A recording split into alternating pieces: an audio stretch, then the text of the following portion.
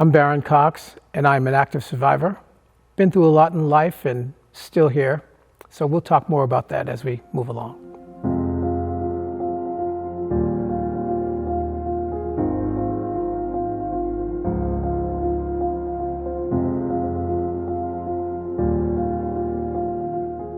Welcome to another installment of Living Legends. And I am so excited about our guest today. Some of you have heard of robber barons, but we're not talking about those. We're talking about active survivor Barron Cox. It is so great to have some time with you and to kind of get to know more about your story. And so one of the things that Living Legends really started was a way for us to tell of the goodness of God, the way that God has been maneuvering people throughout their lives, and also kind of introduce folks that are connected to our congregation, those who are, either within or without, but all the things that God is doing. And so that's what we want to jump into today. So you've opened us up. You've kind of told us this start that you've been through a lot. So let's kind of start off. Mm-hmm. Early life. You say you've been through a lot. How does early life for you start? Well, I grew up in the 50s and 60s in Boston. And we call Boston up south. Up south. Up south. Because Boston is a very divided city. We learned very early parts of Boston you cannot go in. You can't go to South Boston, that's the Irish. You can't go to the North End, those are the Italians. You can't go to Charlestown, that's whoever's over there that don't look like you, right? So you learn these things very early in life, and it's really interesting that growing up in it, it becomes part of who you are and what you are. It's almost normalized until it's not, until you find out how it affects you. So as an example, I was an honor student in the Boston Public Schools. Wonderful. And sixth grade, we moved 13 miles west and found out that I really didn't have good reading comprehension. How's that possible, right? So it's those kinds of things where you realize those inequities are things that really impact you in ways that you don't know because it's so normal. How could you be normal, an honor student without good reading comprehension? That's just not normal. Absolutely. So it's those kinds of things. But I come from a really good family, a great foundation. Mom, dad, 4 brothers and sisters. I'm a twin, by the way, but the youngest. Okay. We were latchkey kids. For those of you who are younger and don't realize what that is, that's your mama and daddy worked and you had to have a key to get in the house. Right? But we all took care of each other. And, my daddy, he's from the old school, Alabama. And, it's like you be home before the lights come on. And if one of y'all get in trouble, you can't be in trouble alone. That's it. You all need to be sticking together, right? That's so we grew up with really good values. Dad was a deacon of the church, which means we were all stewards of the church. They hear these stories about being in church all the time. We were in church all the time. And very different now. It's very different. We're in church some of the time. And when we're there, we're not always there, right? Right. And it's really a blessing to have had that experience and be grounded with that foundation of not just the church, but what church means. What does dedication to the church, what does dedication to the community really mean? And that's really what we got, because, we not only in Vacation Bible School, but taught Vacation Bible School. We taught Sunday school. We served the elders. We went on runs with my father when he was, giving communion to those in the hospital and whatever else. So we really learned what that meant. So I had a really good foundation. I know I talked about my dad, but my mom, she was there, she was every day. I mean, it's making sure stuff got done, and we got it done. So, we had a really good upbringing. Wonderful. All right, so amazing family upbringing. Like we start this, you make this transition in school. So give us what are some of the educational backgrounds? Like what college did you go to? What led to your absolutely amazing career? So, interesting, high school, I was... aside from the fact that I did very well in high school, my guidance counselor told me I would never go to college. Really? So this was during the time of the Vietnam War. But, my family, and I think there was 1 or 2 other black families in this school. So it was all white high school. I actually, neither my mother or father went to college. And my brother went to the Air Force, my oldest brother, my oldest sister went to the Air Force. My oldest brother was just a year ahead of me. He went to Grambling. I was like, so, I don't know. I've been working since I was 15 and a half. So I was still working. I was like, okay, I'll do this. And then, I was the lottery, draft lottery. My number was like 236, and the lottery was up to like 220. I said, well, I don't speak French to go to Canada. I'm not getting married.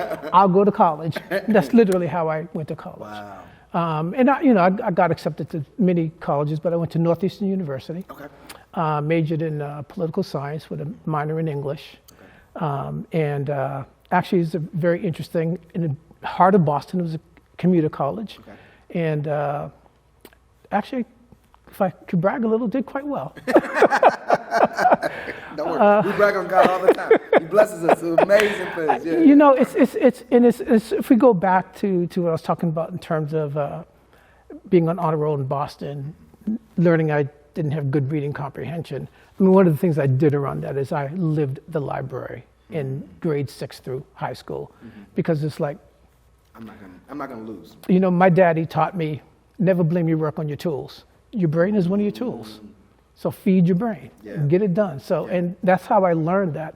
I learned through reading. I learned, you can stand up and talk to me all day. Okay.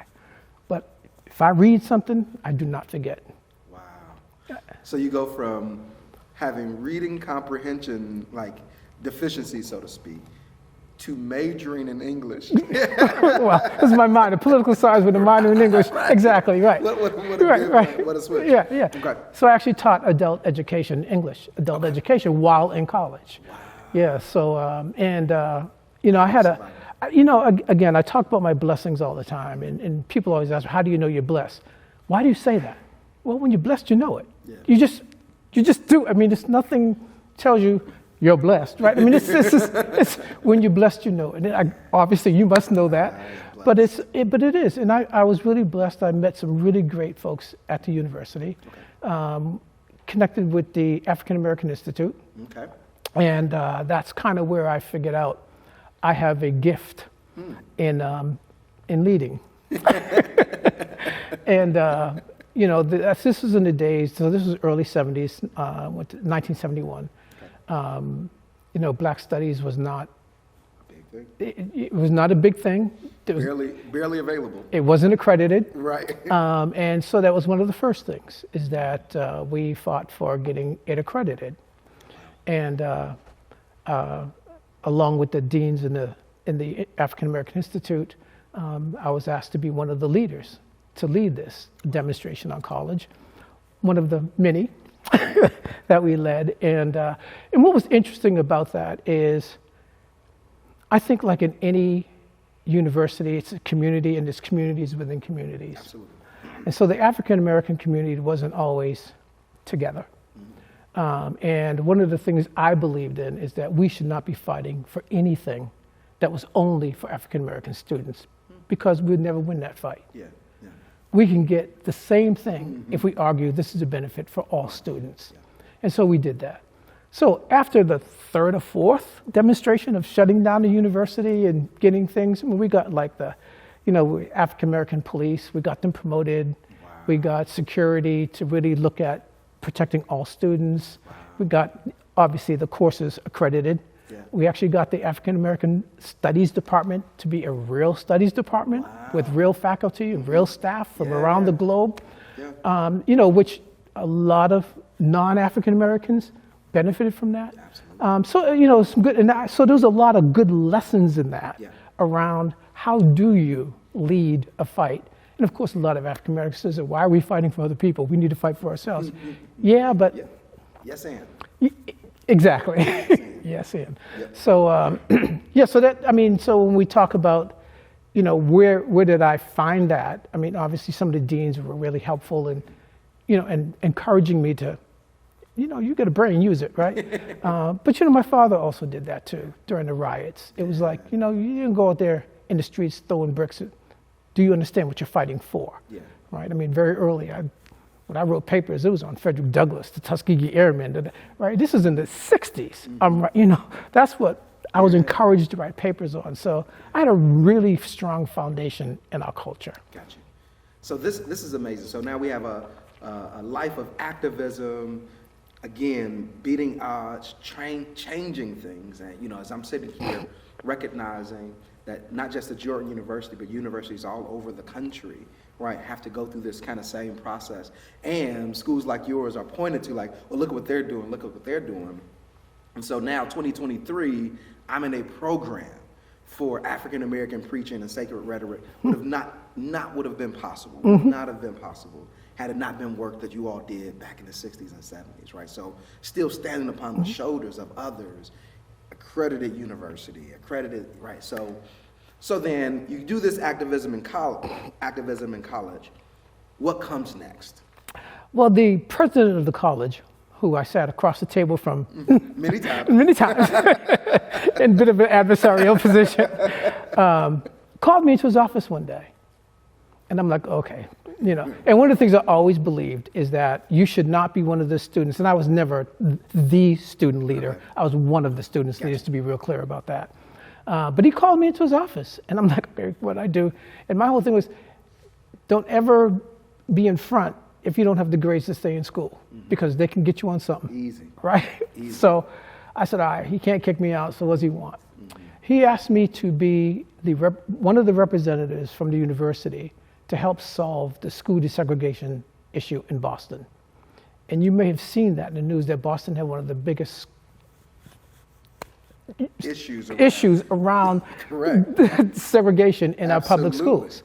So I said, absolutely. And here I am, debating before the city council why we should desegregate colleges and why the tax base was not the right tax base. And, we shouldn't have taxes in this community and this community that affect the education of our children.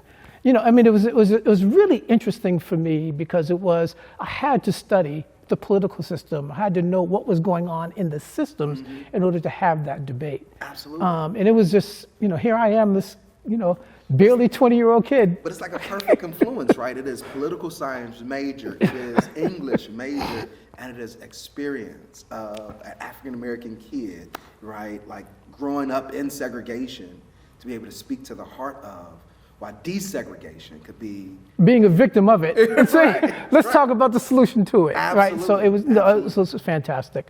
So my first job was working for Health, Education, and Welfare, writing reports on education legislation. So I would actually go to congressional meetings on education legislation and report back to that, had to write reports that go to the Secretary of Education so that he could go in cabinet and do things. So I learned a lot about how we were not being educated, right? And I was able to write in that, and I'm sure, and I can't tell you exactly what I wrote these many years later, but I'm sure my influence of where I grew up and how I grew up influenced how I wrote the reports, right? My second job was working for the Housing and Urban Development. Okay. And this is still in the Boston area? No, this is in Washington, D.C. Okay, so I actually lived in Washington, D.C.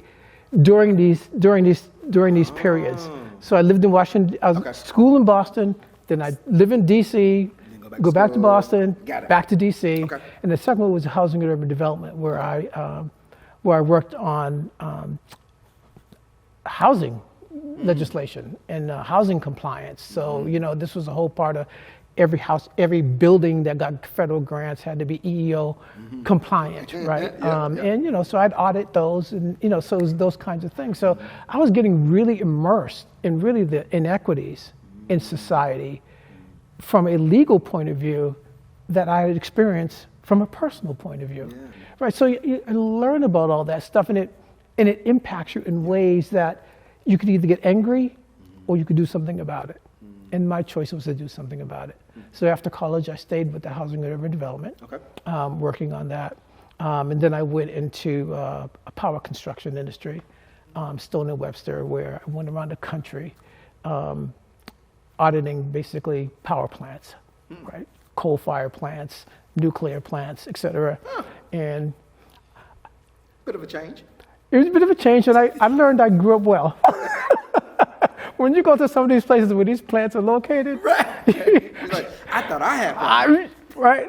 My ghetto was good. Right. He said, I had the good ghetto. How do you even say that, right? We should write a book, Good Ghettos. So that was a bit of the foundation. And from there, I went to this old paper company, Denison Manufacturing Company. They were the only manufacturers of crepe paper in the world. Wow. And they had these, it was an old mill, and old mills in Massachusetts. Mm-hmm. And I would go around and I'd look at these machines and I would look at how they operated them. And I one day went to the president and said, there's better ways of doing this. And he said, really? I said, yeah. I said, you could actually get an engineer in here to actually design a mechanism to run these machines more efficiently. Really? I said, yeah. He said, can you find them? I said, yeah. So I didn't know I couldn't. So I said, yeah. And I did. And I found it. Then it was like, well, can you also get somebody to do this? Sure. Did it, right?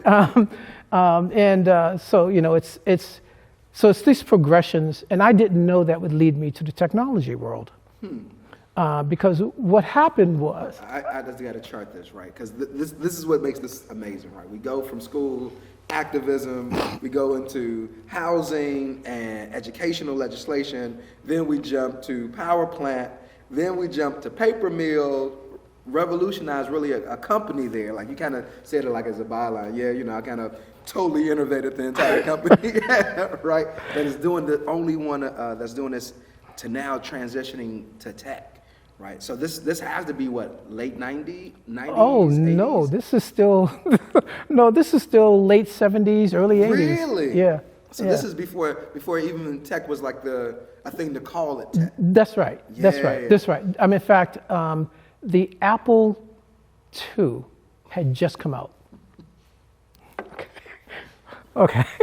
So. Okay. This is before he got fired the first time. And so Wang Labs called me. Okay. And a lot of people don't know Wang Labs, but Wang actually invented the first word processor. And they were looking for people to come in and try to find, all these different types of engineers. You're an engineer. I mean, all these different types of engineers to continue building all these things. And they've, however they found out that I could find these unique people, they said, come in and do it. So the interesting part of that is I did a lot of that, but then I started looking at, well, why are you looking for these people now? Why, what is your business and how are you getting along? So I started getting into business. And the president of this small systems division asked me to be on his team. He said, I want you on my team because you're asking the kinds of questions that nobody's asking. Mm-hmm. You're looking at what we're doing next. We're doing something now, but it must be setting up for something, right? Absolutely. So I'm like, why aren't we doing this? Mm-hmm. So I actually got on his team, and that was the first human resources business partner kind of position that the company had. So I went from there to digital, where I did basically the same kinds of things, but for the sales organization.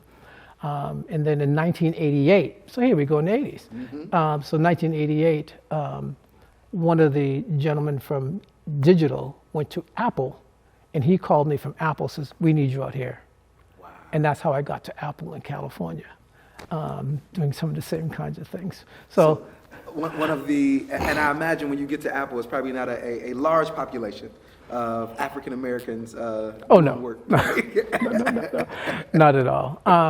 But if I go back to digital for a second, one of the things at digital, Ken Olsen was actually a genius. He was the president of digital, and he believed that diversity was important. One of the things he put into his executive leadership was that if we are not looking at the entirety of the population, we will never get the best. And under that, along with two other colleagues, we developed this. Please take out this I stuff. We developed a program called Managing the Value of Difference. And this was a program that went to all leadership in digital about taking a look at the filters and what keeps you from hiring the best, What keeps you from looking at people who don't look like you? So this is like DEI before. This is D&I before it was called D&I. Yeah, absolutely. Yes. Absolutely. Yes, and it was really a fantastic program that Ken Olsen supported, and it was just great. Yeah. So when I went to Apple, not being many people like me, myself and some colleagues developed the first African American ABNA, Apple Black Networking Association. Wow. Yeah, so we developed that. And in fact, people I'm still very close with today. In fact, just played some bid whist with some folks not too long ago. I haven't played bid in forever. Yeah. So it stayed with me. That whole, it's you're not going to be successful alone. How do you bring others with you? And these are the ways to bring people along and to help where you're usually the first or the only. Is so people don't feel so first, or people don't feel so only, because it's tough. Yeah, wow. So now, 80s, you're at Apple, right? Mm-hmm. This is huge. Now some life stuff begins to happen. Again, you're constantly surviving. Take us now. Where do you go next? So I got a call. I had a great mentor, and I got a call from a mentor saying, "Hey, have you been getting a call from this person?" I said, "Yeah." How come you didn't answer? Because they just promoted me at Apple. I'm doing great, right? Answer the call. And it was his sister who was working at a biotechnology company who was calling me. So I went and talked to them, and I thought about it and said, biotech is the next big thing. You're always on the edge of the next big thing. Especially, and like I said, I told you at the beginning when we were talking, I've been really blessed in life. Yeah. And when my daddy said, if you don't know where you're going, any road will get you there. Well, I knew I had to go somewhere. And in college, I said, I am going to, because of what we went through in Boston and everything else, in college, I said, when I retire, I'm going to go to South Africa and help them out of apartheid. Because remember, apartheid was still happening, right? It was huge. It was huge. But that was something I put in my head, and I never forgot. And I didn't know all these things were going to get me there, right? But it was building all these experiences, because why would some little kid from Inner Roxbury go through all this if it wasn't guided by something, right? Which is, the good Lord was leading me to where I needed to be, even though I didn't know it. So in biotech, it was this whole thing, so good, we can actually help human beings be better human beings. And that was just an incredible experience. And the first time in my life, I actually worked for an African-American woman. Wow. And it was, it was glorious. I don't know any other way. She was hard on me. Yeah, appropriately. Appropriate, without question. But it's, how many chances in life do you get to do that, right? And it was just incredible. And that was a really good experience for many years. And when I finally decided to leave the CEO, I was like, really? We really don't want you to leave. Because, they were developing drugs. And what they didn't understand was their business. And they believed in good science. I believe in good science. But you also have shareholders. Yeah. So how do you develop drugs and get them to the market at a time that makes some sense? And those are the kinds of things that I help them from a strategy point of view is, what is your development time? How do you think about your development time? How do you think about how to do these things? Which are things I learned along the way, from all these other places, but I didn't know that's what I was learning, right? So anyway, I got out of biotech, and then I went back into technology with Cisco Systems. Okay. That's not true. That's not true. I went to startups, but it was a storage company. Okay. And I was there for about a year and said, is this a real business? They were like, yeah. I said, no, it's not. And so I helped them sell the business to Data General, actually. You may remember Data General. I don't, actually. You don't? Okay, all right. They were a bigger storage company. They really did have a business. They really did have a business. And from there, I went to another startup, which was Global Reach Internet Connections, GRIC, which they were in, all right. We had these things called modems a long time ago. Okay. We still kind of have them. We still kind of have them, except they're really built in. Right, they built in. But this was when you actually had to dial a number, and I do mean dial a number, and to get into a network, which today we'd call a VPN, which we didn't back then, Okay. in order to get to your network. Gotcha. Right? And so this was a company, iPass is a company who also was a competitor. And this was a company where I really came back to my skills of debating with the president and others of the university, where the founder and the president were they were literally fighting in the halls. I am not exaggerating. Wow. And this was like, I called the board member and said, hey, look, here's what's happening. I need cover because I need to straighten these two out because you guys got a business here and it ain't gonna happen like this. And they said, got your back. And so I took the president aside and said, look, I understand what you're trying to do. You can't be fighting in the halls. You can't be doing this. Let's talk about what you want to do. And he and I sat down. I said, okay, now you just sit here. I went to the founder. What's wrong with you? Right, because he wanted to go public now. The president said, we're not ready to go. They were both right. They were both right. So how do we do this? So got them in a room. We came up with a strategy on how do we go public and what were the fundamental things that we had to do as a business in order to do this, right? And we did go public. I was very blessed. And that is when it was at that company that I started feeling pain. I had this pain, this lower abdominal pain that just wouldn't go away. And I went to the doctor. I said, no, you're good, right? I mean, I was running every day. I was healthy. You know, I was mid-40s. You know, I mean, nothing wrong, right? Yeah. I must have gone to the doctor 8 or 10 times. I said, nah, something's going on here. And took my temperature every day. And I was having sweats, and they couldn't find anything wrong. And this is where, just have to be persistent. And later we found out that I had non-Hodgkin's lymphoma. Wow. And I was diagnosed stage 4, non-Hodgkin's lymphoma. In your mid-40s? In my mid-40s. I remember the African-American doctor, and he came in the room crying. I said, why are you crying? He says, well, I have bad news for you. He said, what's that? He says, well, you have lymphoma. I said, what's that? He said, it's cancer. I said, okay, what are we going to do now? He said, did you hear me? I said, I heard you. I said, I'm just glad to know what it is. So now I can work at it. Let's figure out what it is. So I went immediately to the oncologist who said, we're going to start chemo today. I said, well, I want a second opinion. She said, you can have a second opinion, but you're going to start chemo today. Right. After you can get your second opinion after the chemo. After the chemo, right. And so I did get that I did start chemo, and I did get my second opinion at the Stanford Hospital, head of oncology. Dr. Ewan, absolutely fantastic gentleman, walked in the room and said, you have stage 4. I've never had a case this advanced and had a survivor. Wow. And I said to him, well, God has a plan for me, so I'm going to be your first. Wow. And he looked at me and said, excuse me? I said, God has a plan for me, so let's go. And I'm saying that in all sincerity. I mean, that was literally the conversation. And so I went through chemo, radiation, intrathecal chemo. 11 months later, the cancer came back. And then I went through the whole preparation for a bone marrow transplant. Wow. So I did have a bone marrow transplant. It was autologous, so I used my own bone marrow, which was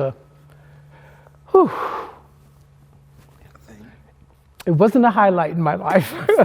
But, it was one of these things where I truly believed that God had a plan for me. Yeah. And there was a time where I said, I can't do this anymore. And I'm in my doctor's office, and she's putting me through the chemo. I said, I can't do this another day. And she just looked at me and read my chart and said, well, let's skip today. We'll come back next week and we'll move on. You'll feel better. And I did feel better, and we did it. And here I am 23 years later. Yeah. And when I went back to the head of oncology at Stanford, he said, Mr. Cox, I'm going to tell you, I was being honest with you when I told you we never had anybody survive this. He said, but it was your belief, your faith, and your attitude that got you through this. And I said, well, it's that belief, my faith, and certainly my attitude that got me through most of the things in life that I had to get through. So it's, and so, when people say, people ask how I'm doing, and I say I'm blessed, and they say, well, how do you know? And I just say, when you're blessed, you know it. You just know it. And again, I don't know all the things that God has planned for me, but I know He's led me around some incredible roads. And so it was at that time at Cisco that I was in a human resources role, and we had done some major organizational transformations, and my boss called me in and said, okay, you've done all this, now what? I said, what do you mean, now what? I said, there's more to do. Yeah, but John Chambers was the CEO. So John Chambers would like you to go to Jordan and work with the King of Jordan on an educational imperative that they have for the country. Now, this was the time of the Gulf War. And I said, I really appreciate that. But respectfully, I would stand out big time at this time. Is there something else that we can do? And she said, well, there's this other thing in South Africa. They have a Black Economic Empowerment Initiative that they're working on. Would you be interested in doing that? Yes, please. I'm like, wait a minute. Go back, college, early 70s. I said to myself, if I retire, I will go to South Africa, help them get out of apartheid. You want me to go, and you're going to pay me to go to South Africa to do what I want to do? Yeah, I think I'll do it. Yeah. So, and that was how I got to South Africa. But I didn't want to seem too overeager. Oh, and though inside it was like, can I go tomorrow? But I didn't want to seem overeager because my wife had just started a business. In memory of her father, she started a elder care facility. Okay. And I said, well, that's her dream, and I can't step on her dream, right? So I went home and talked to her and said, hey, this opportunity came. I know you're doing this, and I want to support you. And if it's not the right time, I understand. And she looked at me and said, all your life you've been dreaming about going to South Africa and helping the people of South Africa. Most people can't even dream, and you had this big dream. There's no way that this is not going to happen. I mean, to have a partner that's supportive of when, and that's God. Let's be real clear, right? That's so absolutely. So I went back and renegotiated some things to make sure that she could run her business and how we made that happen. But yeah, I went and that's another whole chapter of going into a country. This was on the 10th anniversary of at the end of apartheid, so it's still new. And going in there and convincing multinational corporations that they need to give back in meaningful ways into the country. That I know I'm talking and not letting you answer. No. But this is a great way to tell a story. But it's I walk into our office, and the only black people are one SE, the cleaning crew, and the coffee lady. Wow. And I walk in, and I say to the general manager, help me understand this. We're in a country that's 80% black, colored, and Indian. And this is what I see. Oh, well, we can't find people qualified to do this. Of course, that's always the story. I said, I want you to think about what you just said and think about who you're saying it to and see if you want to say that again. And he says, we can't find people. I said, okay. I said, so I'm sent here from corporate to work on this Black Economic Empowerment Program. What have you done? Oh, I don't believe in that. I said, really? Talk to me about why. Well, I believe that the best people will be in the jobs and that we don't need to sacrifice our profits for that. I said, so I just told you I was sent here from corporate to do this, and you're telling me you don't believe in it. Okay. I said, okay. So a month later, he was gone, and we're looking for a new GM. Figured. Right. But what was interesting, I connected with the Chamber of Commerce. I got to heads of every company, Oracle, Microsoft, you name them. If they're in South Africa, I got all of the GMs together. Wow. And I said, what are we going to do about BEE? And a lot of them were like, no, don't know. I said, guys, look, let's be clear. We actually will never have to report anything to the government of South Africa because all of our revenues go through other countries, and they're not entitled to see our balance sheets. That said, there's an incredible amount of downstream business that can be intellectual property for this country that will also profit us. Let's just think about how we look at this. How do we flip the script so that we're helping this country at the same time we're helping our business? And they all looked at me like I had 3 heads. And I said, this is not hard. This really isn't hard. And so I met Dali Mpufu. I don't know if you know who Dali Mpufu is, but Dali was the escort of Winnie Mandela while Nelson was in prison. Did I say that politely enough? Wonderful. And he was head of the charter committee for ICT, the Internet Communications and Telecommunications. And so I then got on the ICT charter committee. So every finance, ICT, communications, they all had their own charter that was supposed to boost, come up with a plan on how they're going to empower Black economic empowerment. Okay. And so we were working. I mean, we were working it, right? And so I finally convinced all these companies to really look at their downstream businesses. So I was no longer in HR, by the way. I'm now in business development. Okay. So we came up with some fairly unique ways of really establishing some businesses and that we could put intellectual property in South Africa and create businesses. Yeah. And it was quite successful. Yeah. And I remember at Parliament, the charter committee was doing it, and Dali was the head. I was just a member. Mm-hmm. And they were getting stuck on this one part.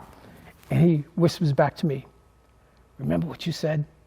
Say that in your American accent, right, to the committee. So they would hear me talk about how they can actually get revenues into the country through downstream, because the reality is that they couldn't take 30% of our revenues because they weren't reported through South Africa, right? But this is a way that we could do even better than 30%, and they owned it, which was to me more important. Yeah. Yeah. But I think I think there are a couple of things that are the achievements that I'm most proud of. Okay. One is Cisco had certification programs. They had Cisco certified sales rep. They had Cisco certified CCIE, I can't remember all the different things now. But it was a program where it usually takes about 4 years to go through all the different certifications to get to CCIE, which was the highest. And then you get your security and other things on top of that. And my goal was to bring more people that look like me in the office. Yeah. And so all this was happening at the same time. And so I went to some of the schools. I obviously got funding from the company. So I went to some of the local schools, got some people, and I say the first cohort of students was 16 students, 90% Black, mixed 50-50 male and female. And I put them through the first 3 certifications, which was the certified sales, CCNP, which is network professional, and then so it wasn't CCIE, but there was 4, the first 3 I got them through, and we did it in 8 months. And now I'm not an engineer, but I taught the class. I would go home every day, and I would read the book. And I'd come to class, I'd come and say, all right, here's what we're going to study today. And after the first couple of chapters, I said, now, your turn. You read the next chapter, and you come and teach it. Because I've learned that the best way to learn is to teach, right? And that's what we did. And they all got their certifications in 8 months. Wow. And I had about an 80% success rate. what was interesting, after the third cohort of students that I put through this program, Cisco adopted this program globally. Right? This was after not being able to find, remember, I walked in, we can't find people to do this. Really? Well, I just, it's just, how do you, here it is, right? So I'm incredibly proud of that. And along with that, I got people in to teach them economics. Here's how you balance a checkbook. Here's how you save. Here's how, right? We needed, let's teach some hygiene things, because these kids were going to make more money than their parents and grandparents made in generations. And how do you do that? And there was a lot of drugs and alcoholism and everything else. And it's like, how do you teach them some basics so that they're not squandering these funds? Absolutely. So I'm very proud of that. Today, these kids are general managers themselves. They bought their parents' houses. I was able to go back to South Africa a few times and meet with them, and it was just great. I just want to say, I want to take our church to South Africa, so you got to be on that trip and help us go back when we go. Without question. You got it. Without question. The other thing is, I guess there's two more things. The head of NEPAD, it was the New Partnership for Africa Development. Okay. It's a global organization, called me. Because they got my name from the head of the Innovation Hub, which I also did some work with, but it was cool work, but not as cool as these. And it called me and said, look, we want to get computers in all the countries, in all the schools in Africa. And I said, I can't sign up for that. And he looked at me and said, why not? I said, what good is it to put computers in school? I said, all these companies are willing to give you computers. That's why they end up in dumps and they're poisonous. They end up in landfills and kill people. So what is your goal? He said, well, we have to get computers in school. I said, let me help you. What I think you want to do is have an educational program in all the schools that's going to help educate the children, which then is going to help the intelligence of the continent of Africa. He said, yes, but we do that through computers. I said, no, you do that through education. Computers is a tool for education. He said, yeah, but how are we going to do that? I said, well, one way we could do is that we can get all these technology companies to build solutions that go on these computers that help educate students. He said, you think we can do that? And so I helped them design kind of this consortium programs where every multinational company put together a consortium. And they all had to come up with 2 education solutions, one for urban and one for rural. Right? Because you might need satellite, you don't have electricity, all these things. And so we had about 8 different companies that had total solutions that we put together and that we would take to different countries. And what's in it for the companies? Well, this country's going to buy your solution. Right? But what we're going to do is we're going to educate children. So I am really proud of the fact of helping to kind of reposition this whole thing about let's not dump stuff on the continent. Let's make sure there's a purpose behind it and that it's used for that purpose. Let's use business to actually create change. Exactly. Right. And the other thing is, I remember when I was talking to my wife about going to South Africa in this thing, I said, but if I ever meet Nelson Mandela, you have to, because I know I'll be a blabbering idiot, so please, you got to stand there and help me, right? Well, I did have the opportunity to meet Nelson Mandela. And this is how, full story, one of the deans from Northeastern University that helped us and advised us on how to be good students and the demonstration, the whole bit, was actually working for the Nelson Mandela Foundation in South Africa. Wow. And he called me and I said, it's Dean Ricks, actually. He's passed now, but it was Dean Gregory Ricks. And we just got together and I met Nelson Mandela, and it was great, and found out about his organization. And through his organization, Oprah Winfrey was working because she wanted to build a school in South Africa, a school for girls. Don't know if you heard about it, but it was all in the news, Oprah Winfrey School for Girls. School for Women's Leadership is what it actually is. And he said, can you help? I said, let me see what I can do. So I met with the executive director, and we talked for a couple of hours. And at the end, she goes, but you didn't try to sell me anything. I said, I'm not interested in selling you something. I want to know what you're trying to do here. I said, I want to partner with you. Let's figure out how to partner and make this work. I think it's a great idea, but there are some obstacles. Women in Africa are not leaders. So how do we do that in a way that makes it acceptable? And there's a whole tribalism stuff, and we got to be careful with a lot of different things. So we got together and said, yeah, let's do this. I took a trip out to the school where they had poured the concrete, etc. And I said, so where's your network? What's your pedagogy? How are you going to do all this? I hadn't even thought of it. Now, please don't take this as me talking bad about Oprah or anything else, but you don't know what you don't know. Absolutely. And so I went back to Cisco and said, why don't we partner with Oprah on this? And they said, who? Oprah. Go, can you get her here? I said, I can get her here. Yeah, so, so got her there, got her into the company. We looked at some of the educational solutions, some of the things that Cisco's, they not only were the leader in networking, they actually built solutions for oil and gas, for auto, for education, financial. I mean, they built solutions for these things because they're interested in as internet, right? They're interested in bandwidth. So if it's going to increase bandwidth, they're going to come up with a solution for it, right? And so we introduced it to some stuff, and then I again full circle. One of my professors from the African American Studies department was now specializing in women's leadership, and so I called her and said, "Hey, can you come help us with kind of how to figure out this women's leadership thing in Africa for this, right?" So we hired her to do the leadership thing.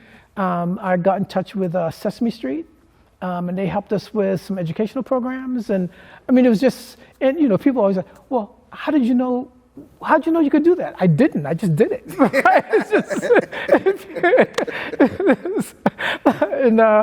So we actually built helped her build like the entire curriculum, pedagogy, and infrastructure on how to do that through the internet. So that was a great opportunity. Yeah. Wow. Yeah, and then what did I do after Cisco? I consulted for a little while, and then I went on. Then I went to my last company, which was NetApp, where I was working for another sister, which was great. Back in human resources. And that was just a regular I shouldn't say regular, but I was vice president of human resources. Okay. But so it was actually a big job. I had all of the revenue parts of the business. It was a lot. It was just a whole bunch. But here's where God speaks to you again. There came a point where it just wasn't fulfilling my soul. And it's this thing of when you've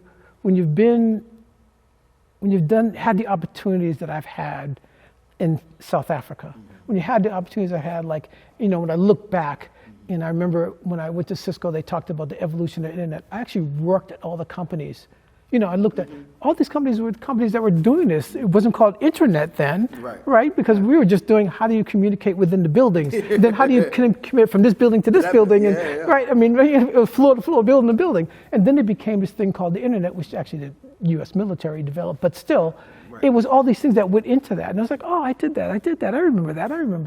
It's like when you look back and say, wow, I really have had a blessed life. I really have had an eventful life. And what you're doing here at this company just I'm not feeling it, right? And I went to the CEO and said, we're a storage company, but we have to look at big data. And we have to understand what people are going to do with this data. I mean, how are you going to aggregate this data? What are you going to do with it, right? Right. I mean, because it's got to be, you got to help companies learn from all the data they have, where they are, where they're going, and how to get there. Yeah, Barron, you're right, but that's not something we want to do right now. I said, well, if you don't do it now, your competitors will. He says, you're right. He says, in probably 5 years, I'll call you to do that. I said, you won't be able to afford me in 5 years. But then I knew I was just tired. and I retired. And that's when I retired, and it was the best thing I ever did. So I retired from corporate life, but I didn't retire from life. Absolutely. Right. So it was a chance for me to get my health back together, because I was a fairly stout gentleman by the time. Don't I understand it? From the time. So I got back on my bike, got back into running, started eating healthily, got back into shape, and now got back into my reading. I picked up the saxophone. That's something I loved, the saxophone, and said, well, let me learn it. I don't know how to read music, but it's something I'm doing now, and it's a blessing to be alive while you're waiting for what God has in store for you. Yeah. Because I know, like I said to the doctor, God has a plan for me. Yeah. And I know it's not finished. Yeah. So a large part of your story has been this amazing kind of confidence, right? Like you do things that other folks don't do, you kind of have that. But then there's also this humility that goes along with it. Like human resources, you're constantly finding people that can't do what you do. Nor do you feel like you have to be centralized to be that. What do you think led to what I think is a beautiful parallel of both this confidence and this humility? Well, growing up in Boston and going to a school outside your growing up neighborhood, you get confronted a lot with people who don't want you there. Mm-hmm. So I've had to learn to defend myself in a lot of different ways. Mm-hmm. Physically, I became a very good physical fighter, but I also learned that you can't physically fight your way through life, and I had to use my gift of intelligence. My daddy always said, never blame your work on your tools, like I said, and use your brain. Yeah. And so I had to learn to kind of do my homework and figure out kind of what's motivating something in a way to not necessarily talk my way out of it. Yeah. But to convince others that that's not the way. Yeah. We need to resolve it. Absolutely. So I've done that my whole life. My daddy would never let me give up on anything, right? It's whatever challenge is in front of you, you figure out a way and you get it done. Like I said, I spent my life in the library in grade school because I was deficient in reading comprehension. Well, I learned how to do my homework. So I was always taught that there's nothing you can't do if you put your mind to it. And that just turned out to be true. Mm-hmm. The humility, how can you not be humble with a mother and father who worked their entire life to make sure their children had a better life than they did? Yeah. I wasn't a mature kid. I lost my father at 16 years old. Wow. And that was hard. Mm-hmm. So I had nobody to shepherd me into manhood. And took me a long time to get to it really did. It took me a long time to get to manhood. So I had no,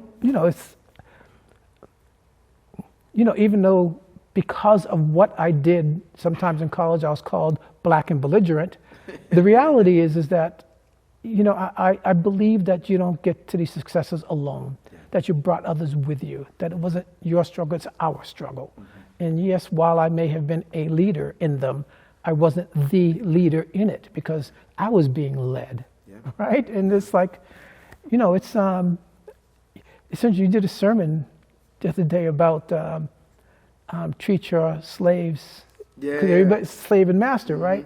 We all have a master, right? And that sermon spoke to me. Let me be real clear, because it really was part of how I looked at life. It really was, and it really is. So how can you not be humble when I'm not doing this alone? Yeah. I am being led. Yeah. So I think that's where the humility comes from. I had a good life. Came from a good family. I have a wonderful family now. I've got so much to be blessed with. I hope that answers your question. Yeah, I think so. That's one thing I didn't mention, Pastor, that I helped really establish a church while I was in South Africa. I guess there's two things I didn't mention. That was one of them. It was my father's house. It was a Christian church where I was a deacon in training, actually. I was just about to become a deacon when I came back.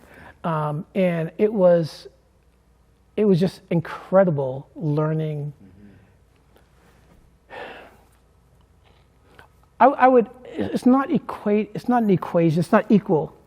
But one of my conditions for going to South Africa was Cisco also sending me to grad school. Okay.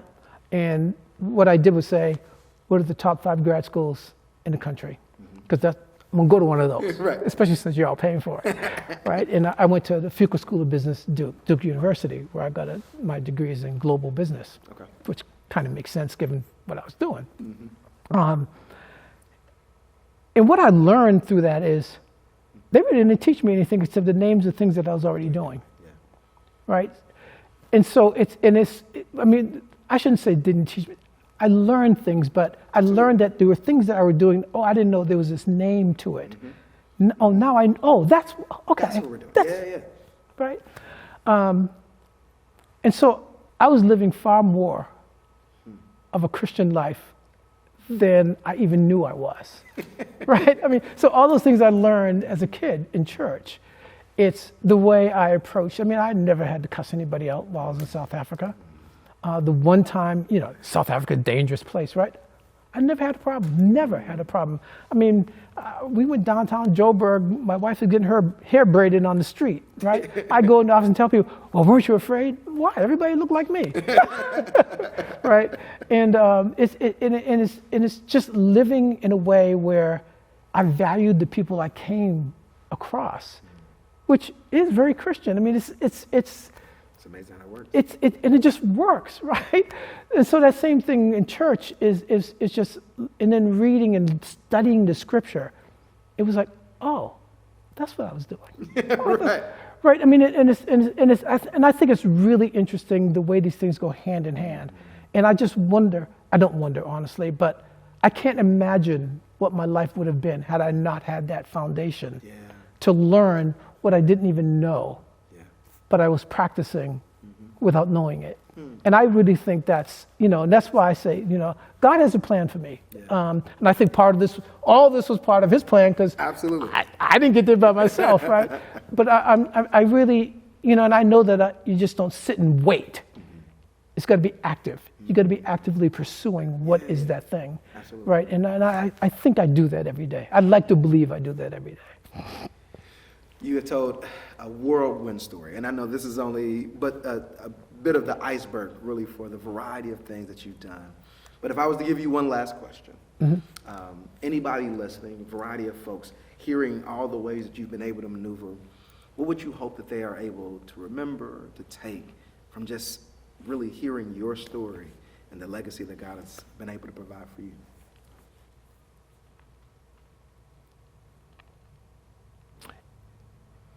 You are what you can imagine. I could have imagined myself a poor ghetto kid, and that's what I would have been.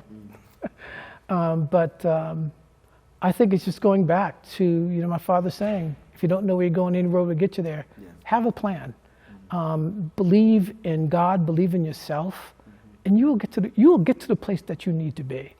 And I just really believe that, I can't believe that all the things that we were fighting for in the 50s, 60s, and 70s are coming back today.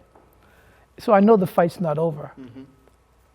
But hopefully we'll fight it differently, and we'll have more permanent and lasting results. Absolutely. So I think we all have to stay in the struggle, but stay in the struggle in a way that's meaningful, that's forgiving, that's enlightening, and that's loving. So you opened up and you said, hey, my name is Barron Cox and I'm a survivor. None of your story really says survivor. That seems a bit too small. I think if I was to introduce you, I would say you are Barron Cox and you are a thriver. You've been able to thrive in a variety of different situations. It has been amazing just hearing. And I'm hoping you'll let me do lunch or we can do dinner or something because I want to learn more. Absolutely. It'd be my honor. But it has been an absolute pleasure to have you on Living Legends. So thank you all for witnessing, being a part of this amazing episode of Living Legends. It is so good to get to hear so many other parts of our story. Sometimes we hide them, we don't tell them, but I believe it's a truth when the scripture talks about, we defeat the enemy by the blood of the Lamb, but also by the telling of our testimonies. Our greatest testimony is our life story. Some folks say we survive, But the truth is, sometimes we thrive. And so I pray that you will remember that, and I pray that you'll be ready for our last one coming up next month of Living Legends. God bless you.